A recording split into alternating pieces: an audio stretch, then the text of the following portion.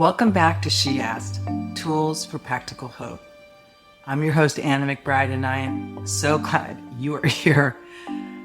Today's episode is a special one. I have two very special guests here today, my daughters, Francesca Dorward and Alex Dorward. Welcome, girls. Hi. And I feel a little vulnerable, not just because they're here, but because of the topic. We're going to be talking about what I got from my mama. So, since it's Mother's Day weekend, I thought we would talk about this topic, talk about what every family carries, what we inherit, what we keep, what we struggle with, and what we choose to do differently. That's why we're calling it What I Got From My Mama and not What I Kept Doing Like Mother. And before I ask my daughters what they got from me, I want to begin with a story. About me. I want to begin with a story about me and what I got from my mama. So for a long time, I thought that whenever I thought about what I got from my mom, I thought I had to apologize, like lead with the apology, because I thought everything I did that was like my mama was wrong. But there were a lot of things that my mother did that were amazing. She was born in Guatemala, which you guys know, and in 1952, at the age of 21 or 22, she got on a flight headed back to Guatemala that had a layover in Washington, D.C. And she got off that flight, and somewhere between getting off the flight and before it reboarded, she made a decision not to get back on. She didn't have a plan. She didn't have a family. She did not have a job. What she did have was courage, resilience, tenacity, audacity, particularly because she did not even consider, I don't think, whether she even had permission to do it. And that's one of the things I definitely got from my mama was the idea of not asking for permission. Eventually, she met my father, and they had together 12 children. My mother believed very deeply in service. Every week, it seemed, we had more people moving into the house. Some of them were families of children that were getting some care at a local hospital. Others were people who needed care themselves. And then there was that bunch that just needed some refuge. My mother's motto was, what's a few more in a house that's already overflowing? When Guatemala suffered a devastating earthquake in 1976, she organized fundraisers, gathered equipment, and mobilized a community to help her country. And she also mobilized her children. There's this memory I have when I was barely 12 years old where she took us to a candy factory and she pointed to me and said, you go in there and get free candy and don't take no for an answer. I didn't have a script. I didn't have a plan. I didn't even know it was going to be me. I was pretty sure it was going to be somebody else. But I went anyway, and it worked. My mother was known to corner politicians in bars to call them out on their voting record, particularly around immigration. She didn't care if it made them uncomfortable. I had to go get her because it happened to be a bar where one of my sisters worked. My mother helped to create a Latin community center for our community because she knew people needed a safe place to gather. Now, the people who organized that were mostly men, and they did not care for her ideas or her way of doing things. So they fired her many times. My mother had this way of getting things done and not always considering the impact of it on other people.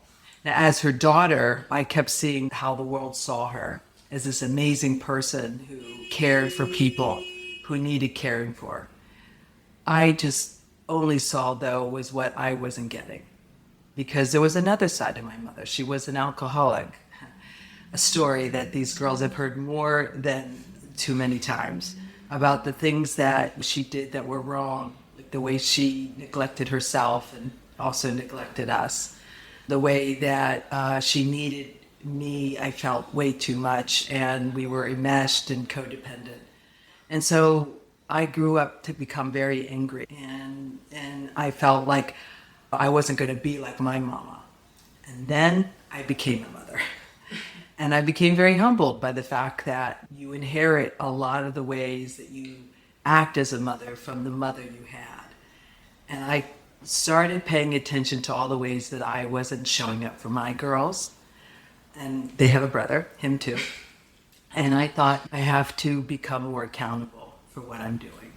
And unfortunately, that wasn't from the day they were born. It was a little bit later. However, I can sit here in front of you and say, oh, I'm grateful. I realized that there's a big difference between what I got from her and what I can choose to do with that.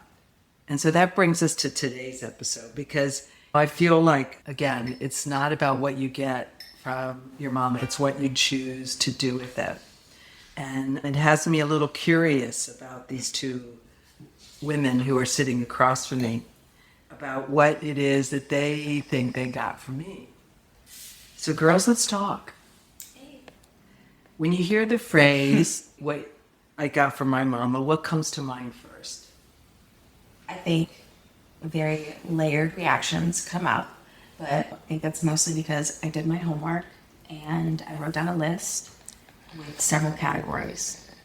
We are fraternal twins, which means that we're different. I didn't do any of that. You just showed me the note that you had in your phone, and I was like, damn, I thought about doing that for weeks. But I have my list broken down into categories of things that I got from you that it's really just two lists that I needed therapy for or that I didn't need therapy for. Okay. And then I also have a list of things that you got from me. What comes to mind, I'm jumping in. What comes to mind for me, what I got from my mama, I think the first thing I think about is predominant personality traits. And then, like Francesca said, the stuff that you talk about in therapy. But It's two lists, just to be clear. okay, so I'm on 2 of what, 5? You said 5 things? No, just two lists. Things you got in therapy, things that you don't have to deal with in therapy. Start with the things you don't My have to predominant personality traits also show up in therapy. You should be working on everything. That's not true. Can I look at my list? So one thing I didn't get from my mom, let's start there, is the quality of my phone. And it's to say that my mom takes better care of her things. So things that I don't need therapy for. I think naturally, to follow through with your story, I think something that comes to mind is the community service that we did a lot when we were younger. Mom always emphasized during holidays or anytime we were off from school that we would be doing something in the community to either volunteer at the soup kitchen or at the local restaurants for Thanksgiving to make sure we were participating in giving out meals where people couldn't afford them, or you're going to Food pantries. drives. Yeah, exactly. And then when I was in high school, I continued that with one of my best friends, and then continued that to the point where now I'm finding my way into the medical healthcare space for the sake of having a career of service. And similarly to you, Mom. And then I feel like that would have been something that would have been a little harder to come by if it wasn't as emphasized in our childhood. So I'm very grateful that we did that.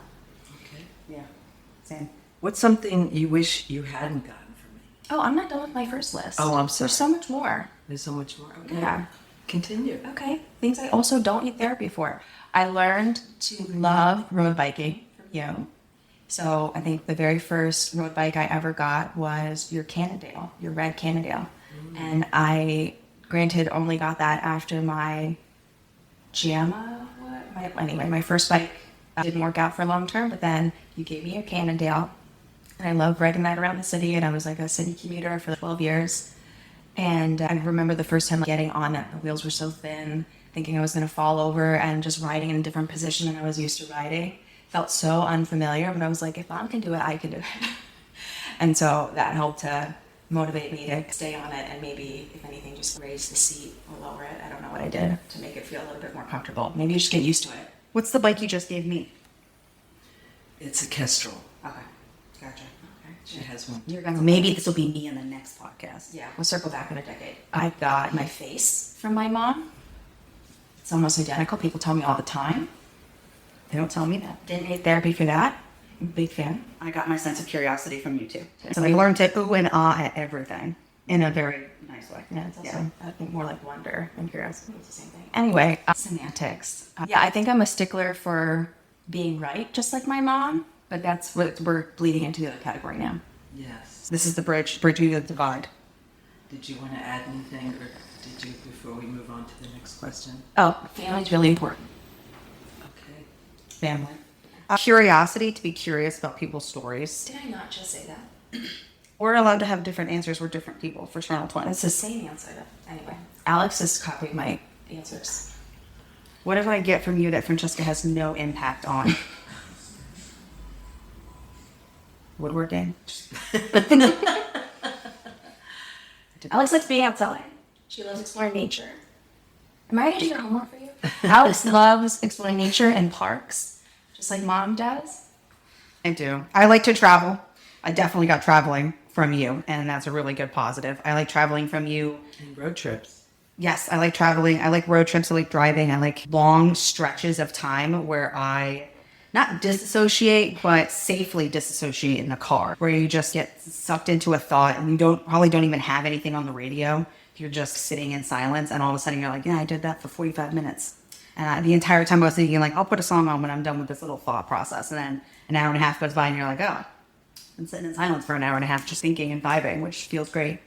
But definitely travel, and definitely how we travel, which you and I went to Portugal recently. So that was a really great example of how we travel very similarly, which is wake up and figure out what you're doing that day, that morning. Have a general plan. We're in Portugal. An even more general plan. We're in Lisbon. Then you wake up. We're in the north part of town. That's what we're doing today, is figuring out what we're going to do in the north part of town. And then traveling in that way. Yeah, I'm hearing you guys are both bad at planning. That's how you would travel. And this is why we didn't take you with us to Portugal. All right. But it was a really good trip. And I really like, also, we're both morning people. Yes. Wake up early, immediately start functioning, and then go throughout the day. The flip side to that coin is that my eyelids get so heavy at 8 p.m. in a way that I can't always bounce back from. Mine too. Yeah. I fall asleep at 10 p.m. so easily. So easily. Yeah. I watched over the last at least 5 years of my life. 5 years in the sense of now that I'm in my 30s, I'm watching it hit me in a generational genetics type of way, where all the women on our side of the family, on your side of the family, when you sit them down on something soft, and it doesn't even have to be super soft, to just, not standing, they will fall asleep anytime it has. That could be a napkin right there. Something soft, a paper towel.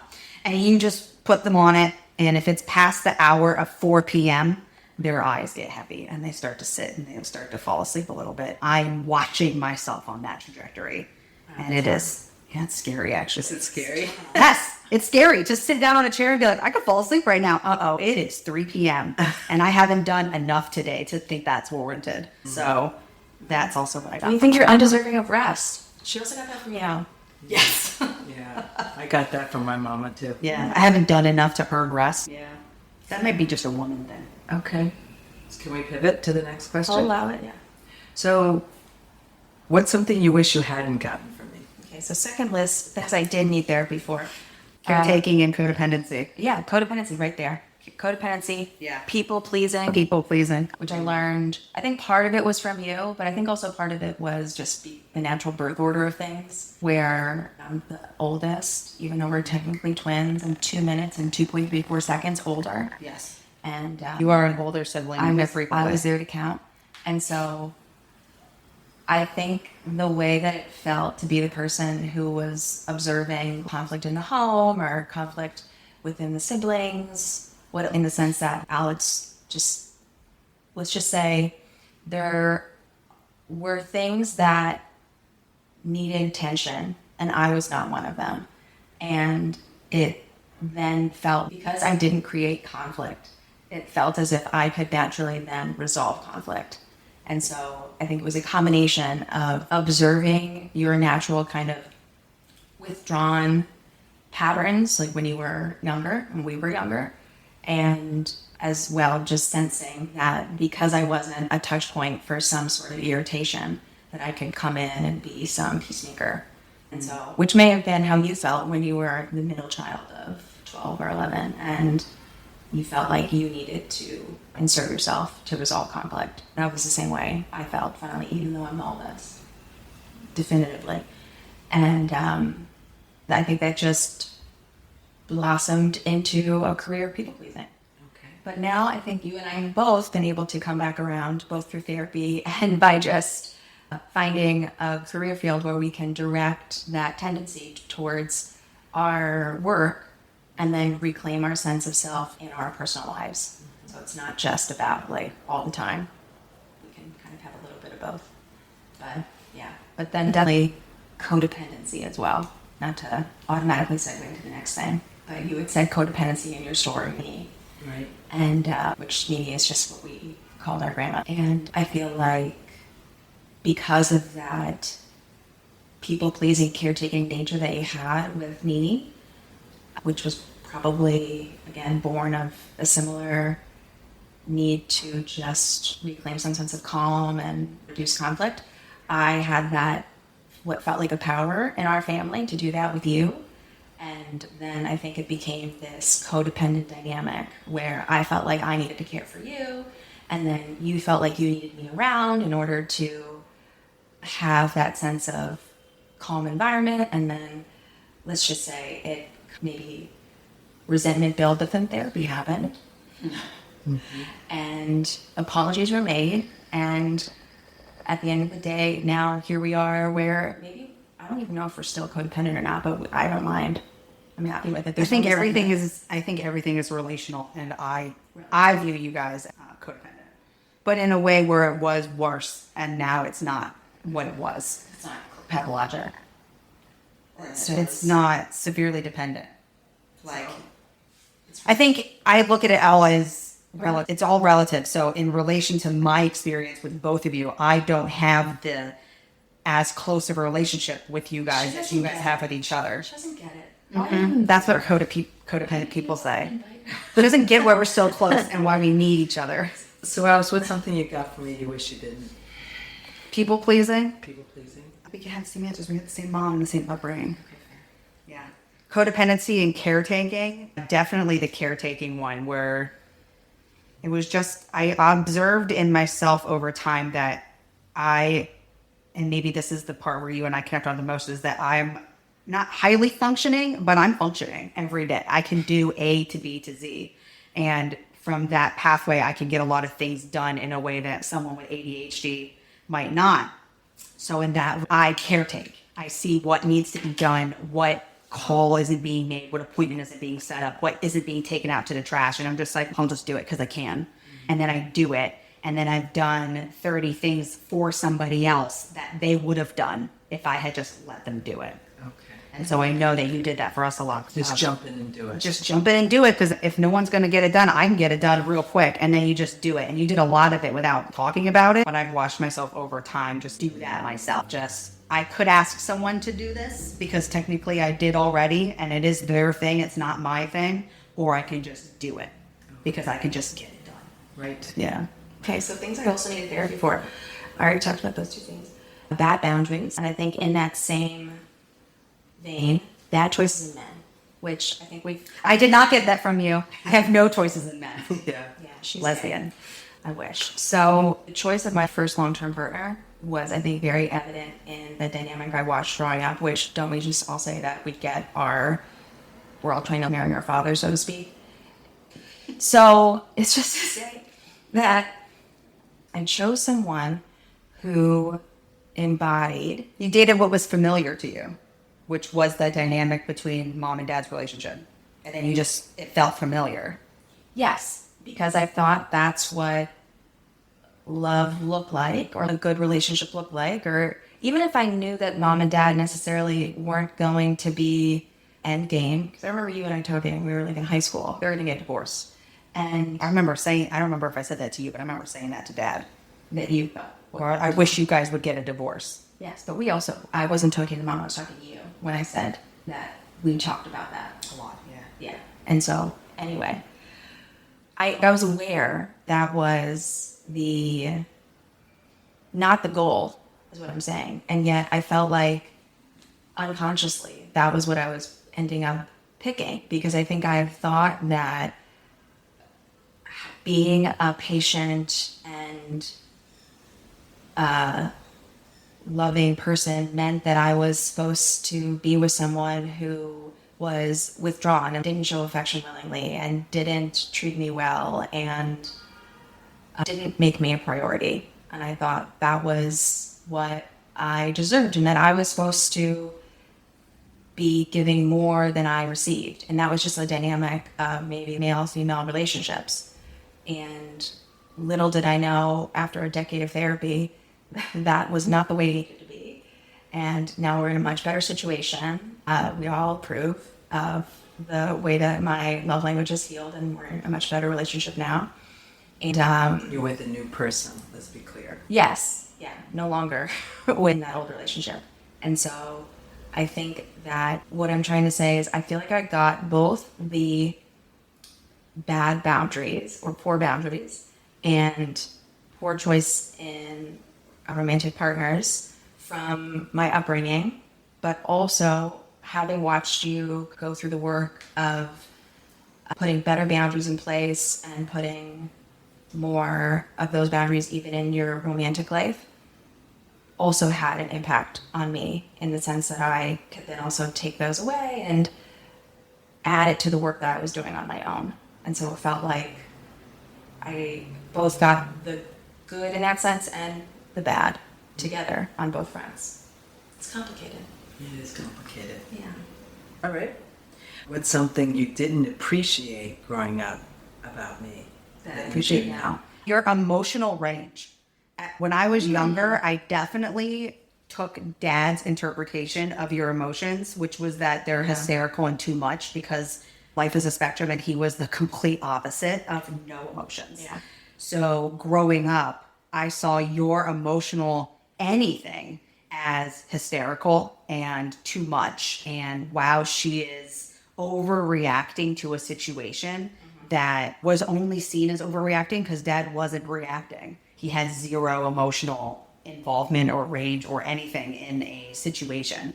So from growing up through that, I remember interpreting you as highly emotional and irrational sometimes. Like I remember there were so many moments at home in high school where you and Dad would be on the phone. Obviously he wasn't physically at the house, and we only ever heard your side of it. And so because we would only hear your side, and I knew Dad's side, it wasn't very emotional. And he would not engage with you. You would engage or over-engage to try to get something from him, any type of reaction.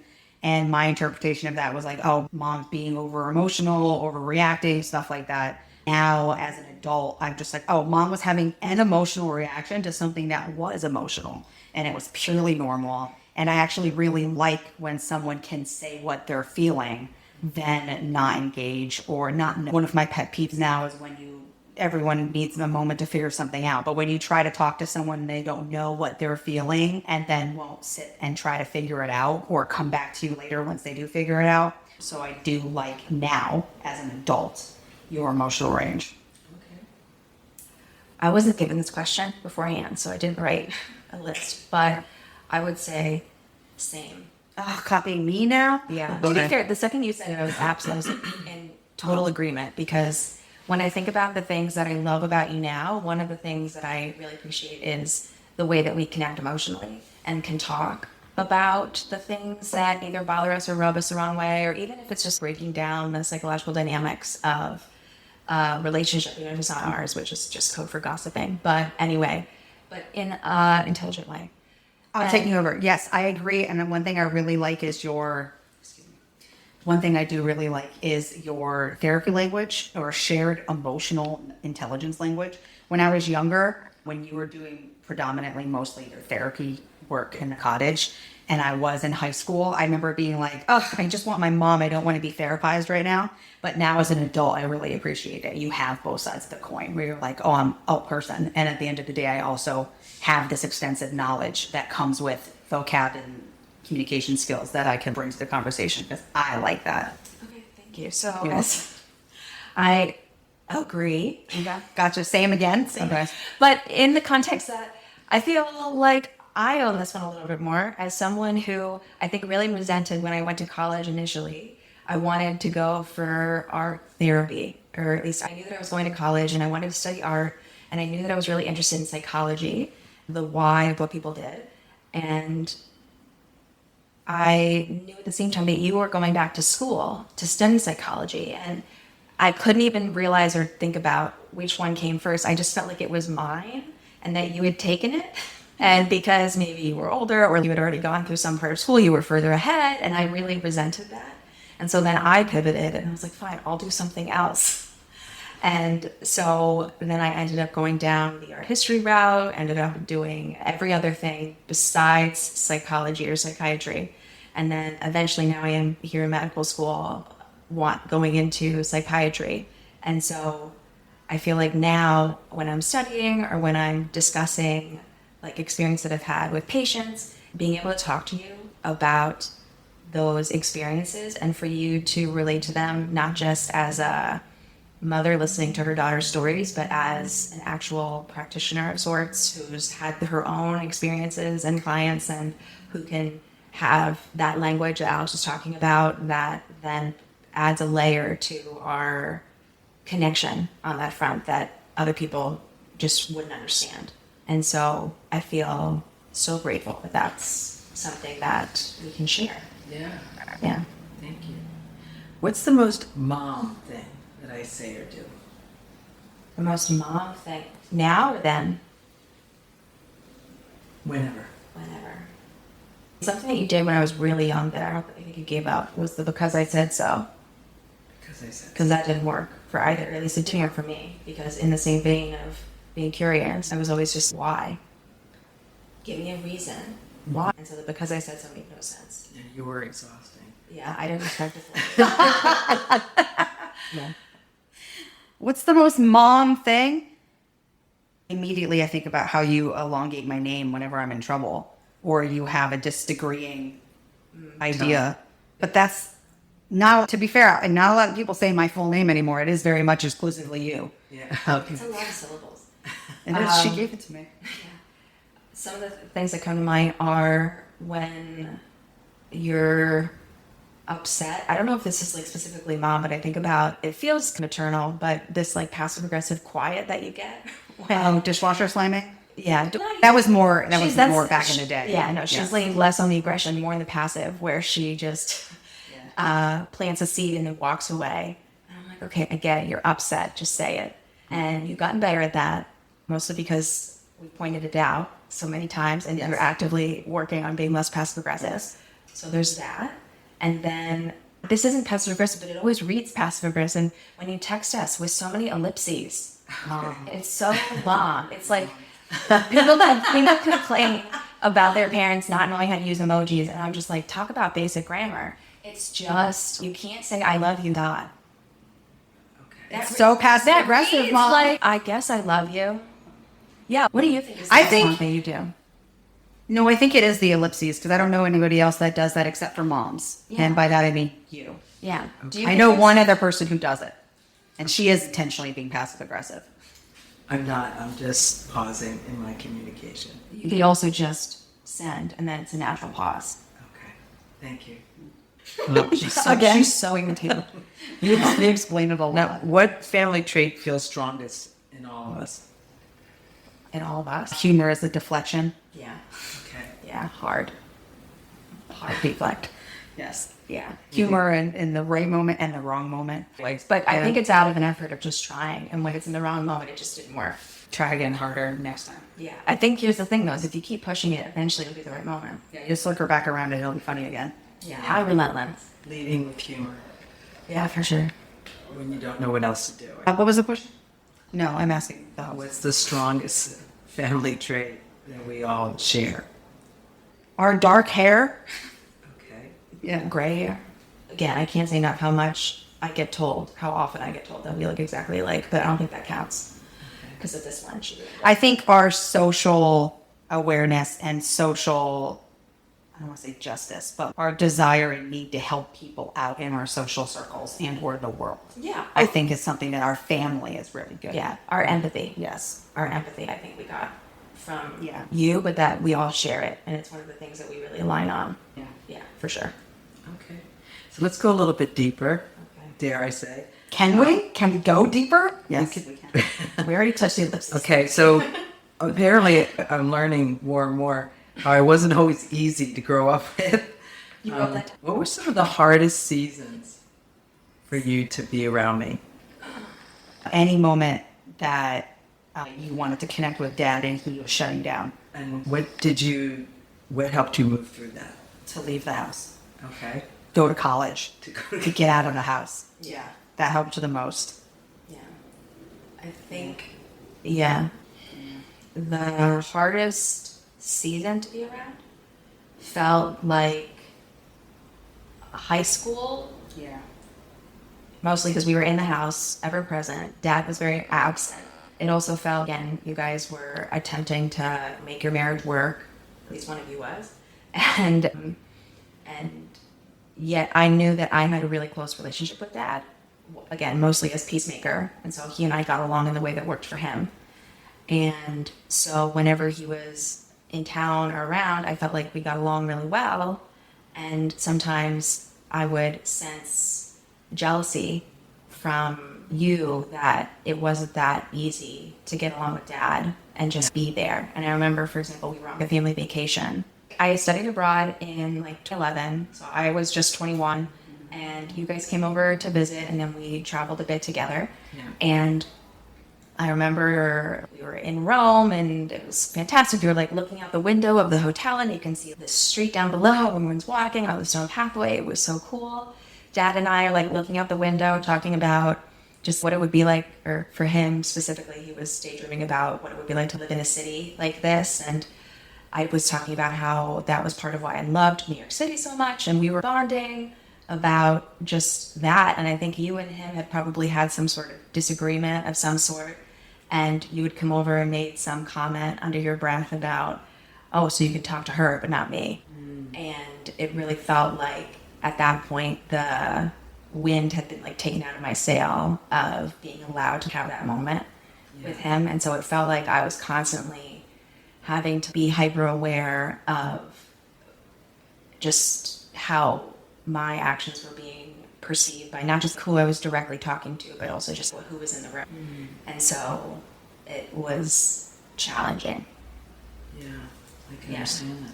So the tagline for this show was Tools for Practical Hope. Oh, okay. So for other daughters Yeah. that are going through seasons that are difficult. Move out. Yeah, move out.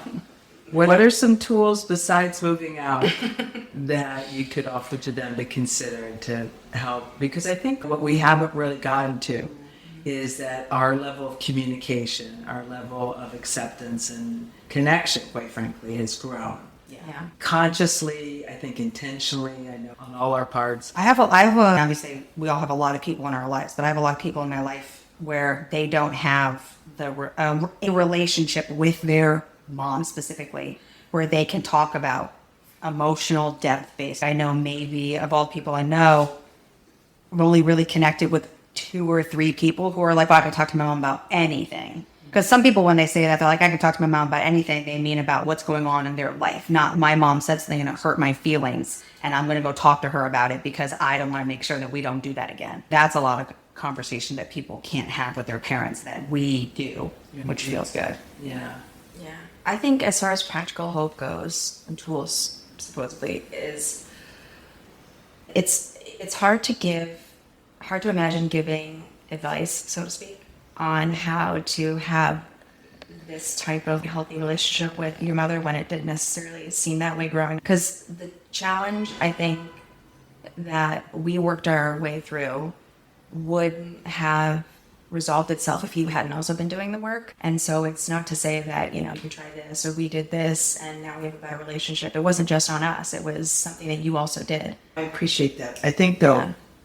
to be fair, Yeah. a lot of why we are in a much better state Yeah. is because of the work that you guys have done on yourself in order to communicate differently with me, Okay. more honestly, more directly, more concisely about any situation as it arises, which, to the point that you made earlier, that when people don't address what they're feeling in the Yeah. moment, it bothers you that they don't think about it. One of the things alongside us doing work on ourselves that I think needed time to become consistent in a message.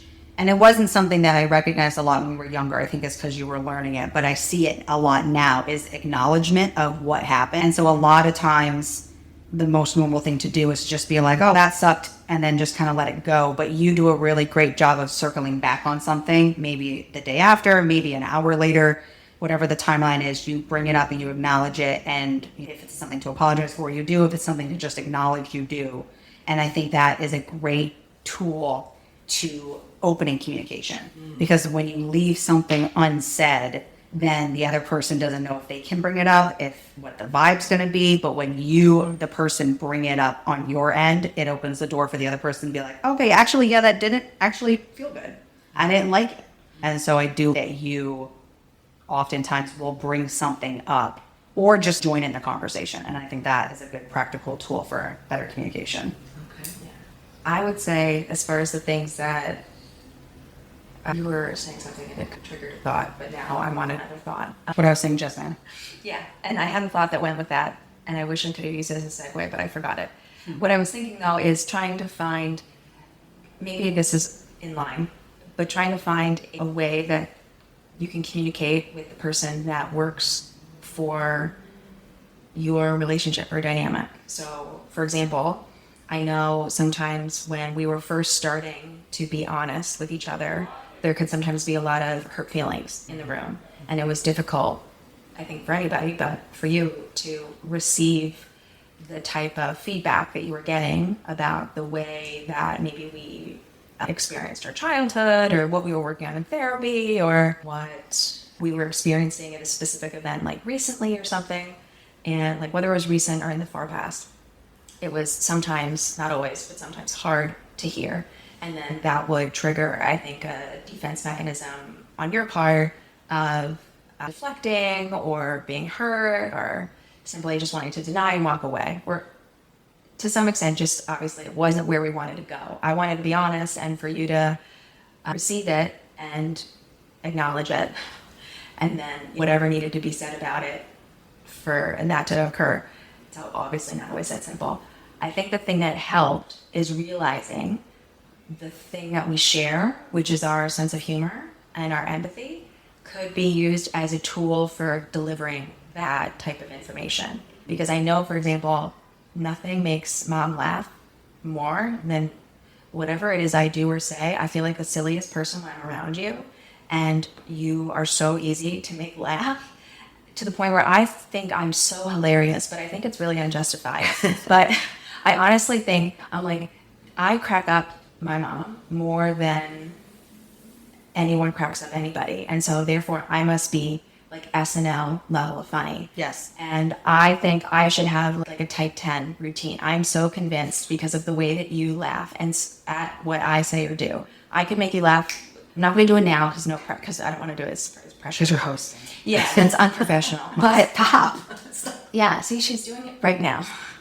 But then I could, again, grab the thing that I knew worked well for us, which is just like a giggle or a joke that I could insert. So whether or not we open with that or not, it's almost like the thought of a compliment sandwich, where people, sometimes therapists are told, or they tell people, when you are giving critical feedback, you start with a compliment of what someone's done well, you give the piece of constructive criticism, and then you end with something else that someone's done well. And so instead of a compliment sandwich, I give you like a giggle sandwich. And so we start when I always try to give criticism, or not really criticism at this point, but I always try to give you, like, whenever there's a hard conversation that needs to be had, I'm like, okay, let's find a good time. And that is where I'm like, okay, we need to start with positive feelings. And so that way we're starting at a good place. And then I think, okay, now that we're in a good place, this might be a time to say, my friend's in a good mood, Mom, there's this thing I need to talk to you about. And do 5 minutes of chat about it. So you're setting up the scene. I deliver the information. I think naturally anyone is just maybe coming down from the high of all the giggles, and they're just like, okay, I received that. And then you end with a joke, something along the lines of, but I really hope that we can discuss this at our next employee review, or something of that regard. Just create some sort of sense of, I don't know, irony, formality. Let's just say that's what works for us. And I know that I don't ever worry about coming to you with something because I know that I've found the way to do it. Okay. And it always without a doubt works. But again, it also helps that you've done so much work to be able to receive things without taking them personally. And so, again, I can't say enough how lucky we are that we have you as a mom. It's not just about the work that we've done. I like what Alex was saying. Like, we have so many friends who say that they wish that they had such a close relationship with their mom like we do. Or such an open one. Yeah. Or one where you can say anything and it's not going to be followed with Yeah. 2 days of passive aggressive silence. Yeah. Which is not something we ever have to worry about. Yeah. People say about your mom. Wow. Like, she's available. Do you have a baby she can babysit? That would get her there. Wow. Wow. Thank you. So I think every generation inherits something different, right? My mother's generation survived. My generation started questioning things. And your generation, I think, talks more openly about what you're doing towards healing. Do you think millennials approach a family and healing differently than my generation or my other people? Yes. Okay. Oh, yeah, for sure. No comment. No, I think that going off generational inheritance, like you said, or timelines, the generation before you was all about survival. I see your generation as I'm going to carve a different path for myself than my parents did. And then our generation was like, I'm probably going to do that, but I'm going to also carve it out emotionally as well. And I'm going to make sure that I don't bring forward with me all the traumas or all the triggers and traumas and issues and good things that I do want to bring with me. I'm going to focus on all of it and be very intentional. Okay, so that's what you intentionally Yeah. try to change. Yes. I think intentionality is something that millennial generation tries to do really well. Okay. Yeah. I feel like now that I'm listening to myself, every single time you end it, you're like, I feel. Well, I do that. No. I said it like you do that. I do that. Hold on. Anyway. Yeah, millennials are trying to be better at saying I feel and like talking about themselves. I think that is something that it's hard to speak about generational stuff without just like thinking about our family, because our family isn't necessarily an outlier, but we are not like, we don't fit in with everybody else in mainstream in the sense of like, we can talk to you about a lot of things. We have conversations that not a lot of other people's families have. So I do wonder if I can even speak to millennial, but I do know from friends of mine that watching us grow up, we are trying to recognize things that we want to change and then do those things. Okay. Mostly I see that in friends of mine who are becoming parents themselves. When you were talking about the difference between millennials and your generation, as far as how they are coping or having these conversations or dealing with trauma, the thing that I've noticed, and maybe this is just a difference in our friend groups, is that the way that our generation is coping with trauma, or at least having the trauma be a part of their family, is just acknowledging that maybe not having children is an option, which I also think is maybe a part of just the economy these days. We've been through so many recessions in our lifetime that we haven't been able to accrue a lot of wealth, and things are just so expensive with inflation that owning a home feels impossible unless you build it yourself. And so it's hard to imagine having like financial stability in order to be able to family plan. And with that kind of going on in the background, sometimes it feels like an option is just, all right, I'm going to focus on me. I'm spending my FSA account to pay for a gym membership and therapy. So then why don't I just focus on that? And I'm not ready to have a kid until I dealt with my own trauma because I don't want to put that onto them.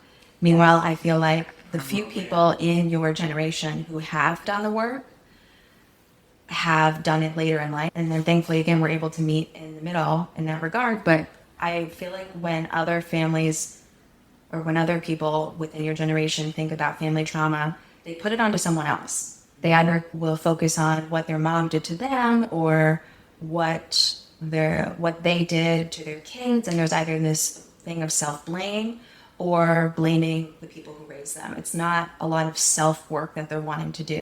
And then that kind of externalization of it all becomes the blind spot that they can't quite find that resolution for. Yeah. And I feel I like see it. millennials are more willing to acknowledge that there's a part of them that needs to change as well. Yeah. If I don't want to carry that forward, I have to not carry it forward. More accountability. Yeah. Yeah. So since most of our listeners are women, one thing I want to talk about is the emotional things that we inherit and from our mothers. So what do you hope, or what do you think first that you inherited emotionally from me, and what do you hope future generations will inherit From you. from me, from us, from women of your generation?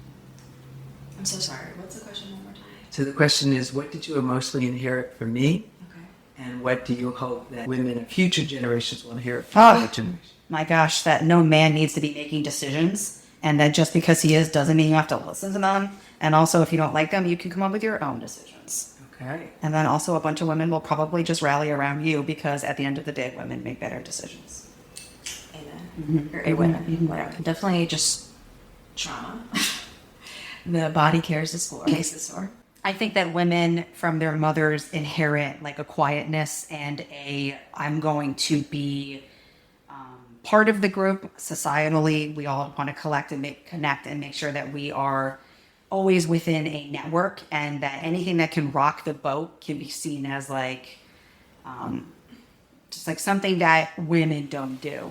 And so I think that that's something that is inherited as a woman generationally down the line, that you want to be part of the group, you want to be agreeable, and you want to be someone who delivers something with niceness. I mean, women are the ones who do exclamation points at the end of all of our sentences when we don't need to, because we want it to be received softer.